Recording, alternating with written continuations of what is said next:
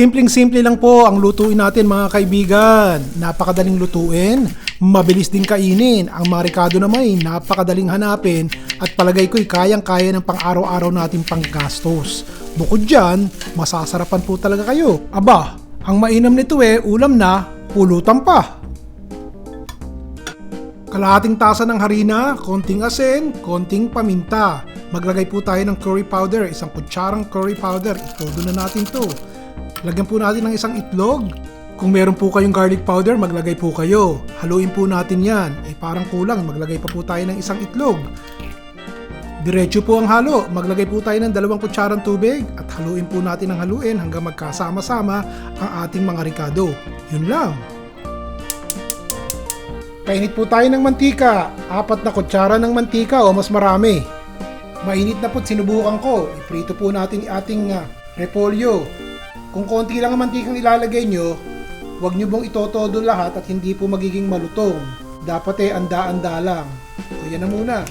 Hindi ko po kinibo ng 2 minuto. Ngayon ko lang po kakalikutin at itataob natin parang yung ilalim naman, yung kabila, ang matusta. Pero kung marami po kayong mantika na ginagamit, siguro isang luba-luban lang ayos na po Nakikita nyo naman di po ba?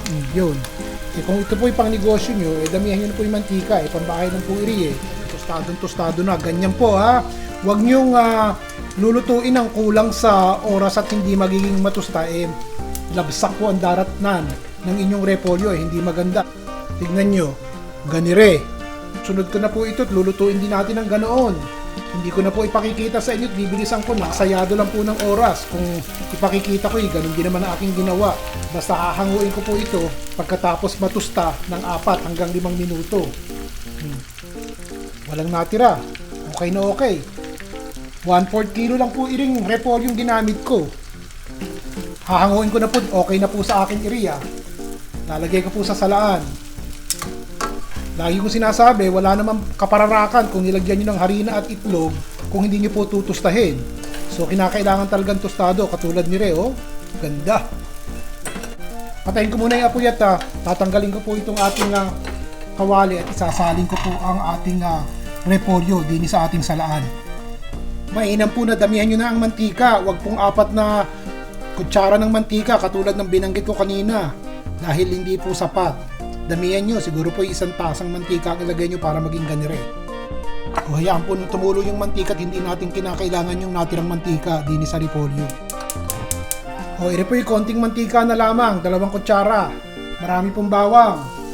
Mga 10 bawang at kakaunti lang naman ng ricado ni Rhea. Ating sarsa. Marami pong sibuyas.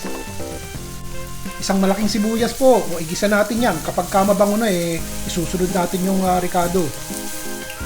Okay, mabango na po itong ating sibuyas bawang. Tostado na. Lalagay ko na po itong ating manok. Nakita niyo naman, ang manok po ay walang buto at walang balat. Hinimay ko ng sandali, parang pang sopas ba? Ganun. Maayos din po ito kung maglalagay kayo ng hipon siguro. O kaya hipon laang. Pero ang manok naman mura-mura ng konti. Kaya manok na lang po ang aking pinili na isawgini sa ating ulam at repolyo lang naman ang katapat ni Rie. Ito po yung 2 kutsarang toyo. Hindi ko po alam kung ilalagay ko lahat. Siguro 1 kutsara lamang. Lubayan nyo na at huwag nyo na pong kalikutin sandali. Kung gusto nyo pong maglagay ng katipid na asukal, bahala po kayo. Naglagay ako Para may konting sipa, maglagay po tayo ng ilang patak ng hot sauce. Kung gusto nyo lamang Yan. Sarap niyan. Ulutan na ito Mga 2 minuto ko pong hindi kinibo. O ayan, medyo tostado na rin po yung ating manok. Saka ako na lang po siya kinalikot ng ganiriya na wala na rin po yung mantika. Papatayin ko na yung apoy at sasama ko po ating repolyo. Naku po, naamoy ko na. Tostado. Ang sarap Huwag nyo kakalimutan yung sibuyas na mura para magandang tignan. May berde palagi Pag ihahain nyo na po, maglagay po kayo ng konting mayonnaise din sa ating maliit na tasa. Tsaka nyo po ilagay itong ating repolyo at manok. Ganun lang Pagkatapos po ihaluin nyo na para mas creamy ang dating. Yun po kung gusto nyo naman umarte at maging creamy ang inyong ulam o kaya na may pulutan o kaya na may pangnegosyo. Naku po, Nakakuha na naman ng idea ang ating mga kaibigan. Sarap sa pakiramdam kapag ka nakakakuha po kayo ng idea na pang negosyo. Pwede rin patakan nyo po ng toyo kalamansi bago kayo kumain. Siyempre ang katapat, mainit na kanin. Huwag kakalimutan. O hanggang sa susunod po muli, si Ron Bilaro.